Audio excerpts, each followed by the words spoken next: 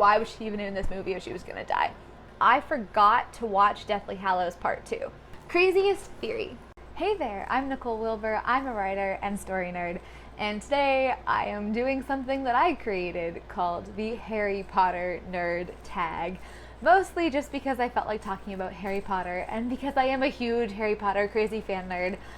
Before I get into it, it's going to be super fun. I just want to quickly acknowledge the fact that obviously J.K. Rowling made very hurtful comments that hurt a lot of people. You know, a lot of people in the fandom have been considering whether this is a platform that they want to support. A lot of people have kind of been taking financial action by being a little more careful with where they're choosing to put their money, whether they're buying used books. Some people have been decided not to really engage in the Harry Potter community anymore, and I personally have decided to try to just be very cautious and careful with what aspects of the wizarding world I'm supporting. I really love the fan aspects of it. I love the podcasts and the websites, and I do like Harry Potter World and stuff like that. So and I love the books. Honestly, I love the books, and I think that when a writer finishes a story and publishes it, she gives it to the readers, and the story belongs to the readers. And I know a lot of the cast have made comments of that sort too, that Harry Potter kind of belongs to everybody. And so I just wanted to acknowledge that, and I am going to have a lot of fun in this video and chat about it, but I think it really is a decision of what you feel ethically and comfortable with in the participating in. And I hope that we can still all sort of have fun and bond. If you are a huge Harry Potter fan or you're into this stuff, let's talk about it because it's fun. So that brings me to the Harry Potter nerd tag that I have created for myself. I put the questions below. If you're interested in talking about any of these questions, answer them in the comments or make your own video. I don't know. It's going to be fun. So the first question is always, what is your Hogwarts house? So I am a Gryffindor. I'm a Gryffindor mostly because I don't think I super identify with any of the other houses. I could be a Ravenclaw, but I've actually never gotten a Ravenclaw on the sorting test. So I usually get a Gryffindor on the sorting test. I also got a Hufflepuff once, which is not correct at all. So the first question is, when did you become a fan? So this is kind of a fun story. When I was little, when the books came out, I'm a fraidy cat. I hate scary movies. I hate scary books. So I would not read them. And I tried to when I was probably about 10 or 11. And I tried to. So I watched the first and second movie, I remember, on a road trip. And I started reading the first book. And then I had literally 2 weeks full of nonstop nightmares of Voldemort coming to attack me in my sleep. And then my parents and I decided maybe we'd just wait to do Harry Potter for a bit. And so I was reading the books probably when I was 13, 14. I tried again and I read the first one and I was like, okay, this is good. And then my parents planned a trip to Florida and they were big Harry Potter fans, and we were going to Harry Potter World, and I rode Forbidden Journey, and I just remember seeing all of these things like the Dementors and being like, what is this? I don't know what is this? And I wanted to know what the things were because I was missing the story. I also got to do the wand experience when I was there and do the Ollivanders thing, and it just sold me. I was like, okay, I must read all of these books now. And I did. Over the next year, I read all of the books. And I was a little obsessive about it. Before I read 3, I read 1, 2, and then 3 again. Before I read 4, I read 1, 2, 3, 4. Before I read 5, it was 1, 2, 3, 4, 5. And then I couldn't wait any longer, and I just read 6 and 7. Okay. Question number 2 is, what is your favorite book? So my favorite book is The Half-Blood Prince. I prefer the ones that Voldemort does not show up in, which is Prisoner of Azkaban and Half-Blood Prince. I love all the teenage angst and the romancy stuff that happens in Half-Blood Prince. I love how they're just kind of being teenagers, and we get to hear all the backstory in Voldemort and learn information and all sort of the subplots that are going on. I am a huge fan of. I love it. So question number 2, what is your favorite, or number 3, what is your favorite movie? So my favorite movie is either The Chamber of Secrets or Harry Potter and the Deathly Hallows Part 1. But I think it actually is Chamber of Secrets, because Chamber of Secrets, I watched it recently. My family and I did a rewatch of all the movies, and it is just so cute. It's when Harry first goes to the burrow and there's the magical car and there's Colin Creevey with his camera going around. Like, the beginning, there's so many just wonderful, like, happy moments with him and adventures. It's still, like, it gets a little darker and there's a little bit more action, but you still have that, like, whimsical, magical, childlike feeling of discovery in it. Yeah, Harry Potter and the Deathly Hallows Part 1, I like a lot as an adaptation. I mean, some of the scenes in that are the most intense scenes in the book. I actually remember reading the book, and the beginning of the book was way more intense for me than the Battle of Hogwarts. I remember the feeling I had. So I read the books, Harry Potter and the Deathly Hallows, while I was in Grindelwald, Switzerland, which is insane to me. And then Grindelwald shows up in the book, and I was like, oh my god, I'm in Grindelwald, and it was nuts. But I remember reading the book, and all the books start sort of the same way, right? With, like, Harry Potter, and he's at home, and then he goes and sees his friends, and then he usually goes to Diagon Alley, and then he's on the train and goes to Hogwarts. And there's usually no, like, big action scary scene until at least they're, like, at Hogwarts, or usually at the end. And Deathly Hallows was such a break from the pattern that I remember how, like, my heart was, like, seized and frightened when they were attacked in the air, and I was so, like, just drawn into it, and it was so intense. And I think they really brought that out in the movies. Like, the same feeling that I had when I was reading the book, I got in Harry Potter and the Deathly Hallows Part 1. Same with, like, the wedding. I love the wedding a lot. I love that part of the book. I really liked how they did in the movie and how they ended up in the Muggle world in their, like, wedding clothes. And then breaking into the Ministry of Magic was really, really cool. And then the scene with Hermione and Bellatrix and, like, the torture, just, like, the emotion. I think the emotional arc of that movie, as well as the book, but the movie especially, because we're talking about the movie here, is so good. And it is definitely my second favorite, or tied maybe. Okay, next question is favorite character from the original book series. My favorite character from the original book series is Hermione, because I literally was Hermione. I know a lot of people say that, and I'm sure we all are, but, like, I had moments in high school. I remember being in my history class, and it was history of, like, the 20th century in Canada. So I read a lot, and so I kind of knew a lot of the history around it because I was interested in it. And so I knew all the answers. The teacher would, like, teach by kind of asking us questions about things, and it was fairly recent history, like World War I, World War II, so I think she assumed we knew a lot, and I did, so I always had my hand up in that class. And I remember I had a moment where she was asking a question, and she asked one girl in particular, and the girl was like, I don't know, but I think Nicole does, and I was like, Okay, favorite character from Fantastic Beasts. Okay. I really enjoy Jacob. Everybody loves Jacob. He's my favorite. He's funny. He's nice. I don't really connect with Tina very well. I like Queenie. I even like what they did with her in Crimes of Grindelwald. I think they could have done it better, but I think her, like, arc makes sense. I like Lita a lot too. I'll get to that in a second, but Jacob is my favorite. Who would you save from the original books? I would save Fred Weasley. It breaks my heart because I think that a huge part of the reason I love the books is the humor in them, and is Fred and George. And it just, also, like, the idea of feeling like how heartbroken the entire Weasley family was over that, like the description of them, like, lying over his body. It's just awful. I would save him. I would keep him alive. Who would you save from the Fantastic Beasts? I included this question. I know that series is not over yet. I know it's very controversial, but I included this question specifically because I would save Lita Lestrange, because that drove me insane, that death.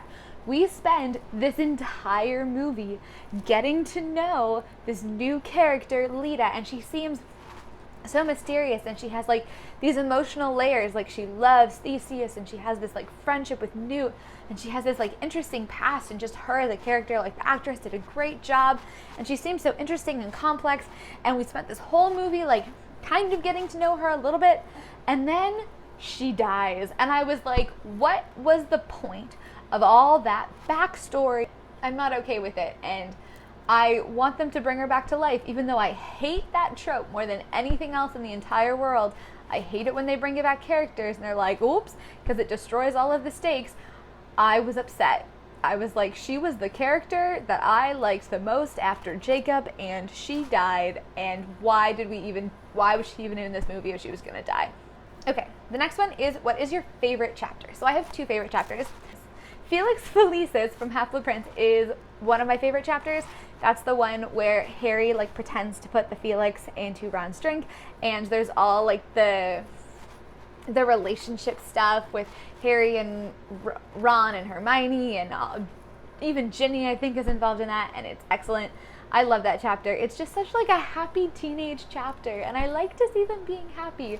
And then my other favorite is the Silver Doe chapter from Deathly Hallows, when Ron comes back and saves Harry from the Horcrux when he's like jumping in to get the sword, and Ron comes in, he pulls him out, and then he destroys the Horcrux. I love that whole scene because of how like relationshipy it is for Harry and Ron.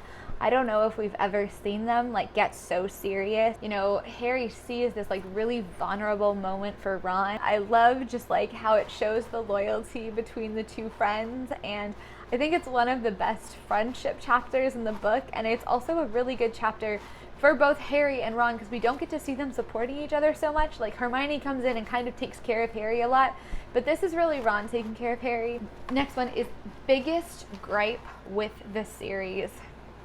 I would say, besides the existence of Cursed Child, I would say one of my biggest gripes from like a social perspective is the lack of female leadership evident in the Harry Potter world. I found it annoying that like the only Defense Against the Dark Arts teacher who was a woman was Umbridge and awful, and that like no one in the Ministers for Magic, out of the three we see plus the Muggle Prime Minister, they were all men. I know Professor McGonagall was deputy headmistress at Hogwarts, and she's a badass and she's amazing. But I feel like we didn't get too much of like these strong female characters. Like a lot of the people who Harry learned from, who he actually learns from, are more men, like that he bonds with, like Sirius, Lupin, Arthur Weasley. Molly Weasley has that great moment against Bellatrix, but honestly it kind of comes out of nowhere, and I wish she'd been developed a little bit more as like beyond just being a mother, for like her being an insane amazing witch, as well as like a great like warm mom, you know what I mean? But yeah, I would have liked to see more females in leadership positions. Okay, favorite quote. I have a lot of favorite quotes. One of my favorites is from Order of the Phoenix, when Fred and George are like flying over the pond. They yell, "Give her hell from us, Peeves," and then Peeves like does a salute.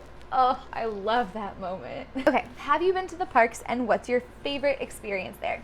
So I have. I've actually been to the parks 3 times. When I was 14, which is when I fell in love with the series, when I was 18, when I just graduated high school, and then last year when I was 23, I think I just turned 23. So yeah, before COVID, so 2019. And I think, I've had so much fun at those parks. I would say my favorite experience there is either the Lemon Smash at the Three Broomsticks in Diagon Alley. I'll put the name of what it actually is called here.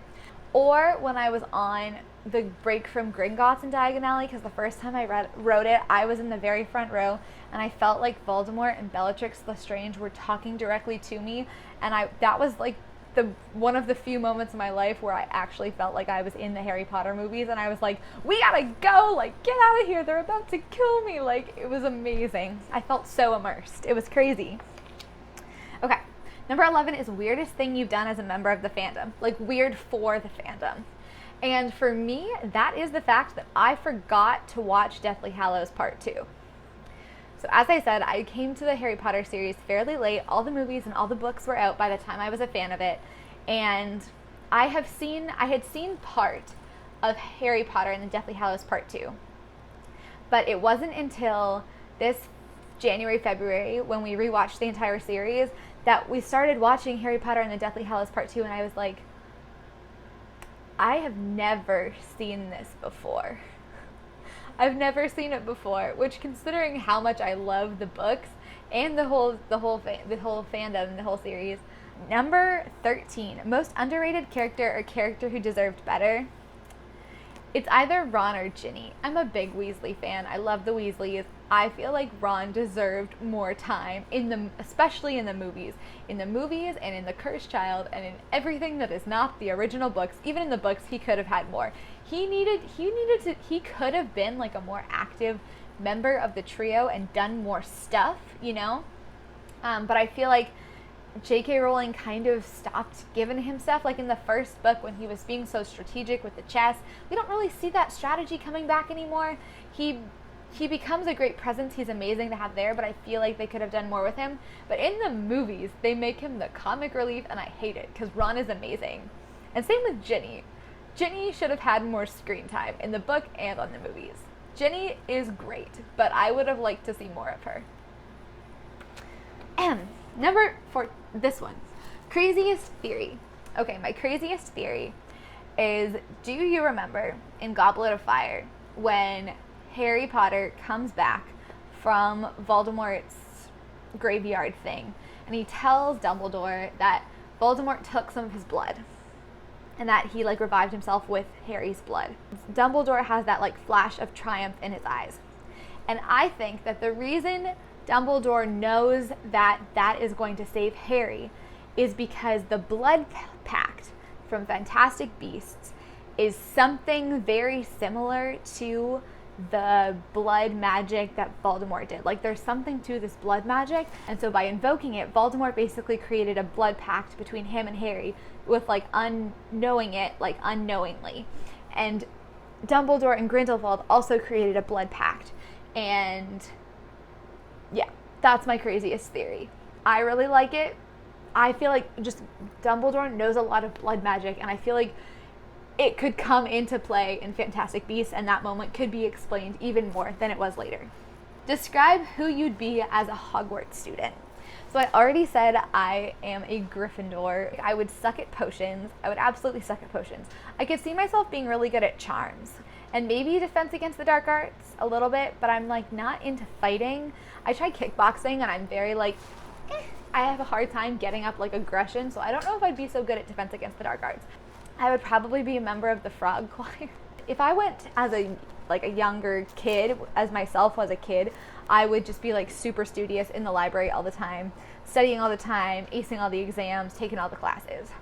If I went as like 24-year-old me, I would make really good friends with like Fred George and Lee Jordan, and we would just we would have hijinks. That's what I would do. And finally, how has Harry Potter influenced my writing? So I already said that I've basically like studied scenes from Harry Potter to help with my own writing. I mentioned that scene from Deathly Hallows where it's chaos and it's in a rush, and how I like have learned a lot about sort of action scenes from that. And I would say the biggest thing that I feel like I've learned, or the biggest thing that's really influenced me, is how much I like to write about friendships and the relationships between people. For me, the most interesting thing that can happen in a story is the relationships that the character has.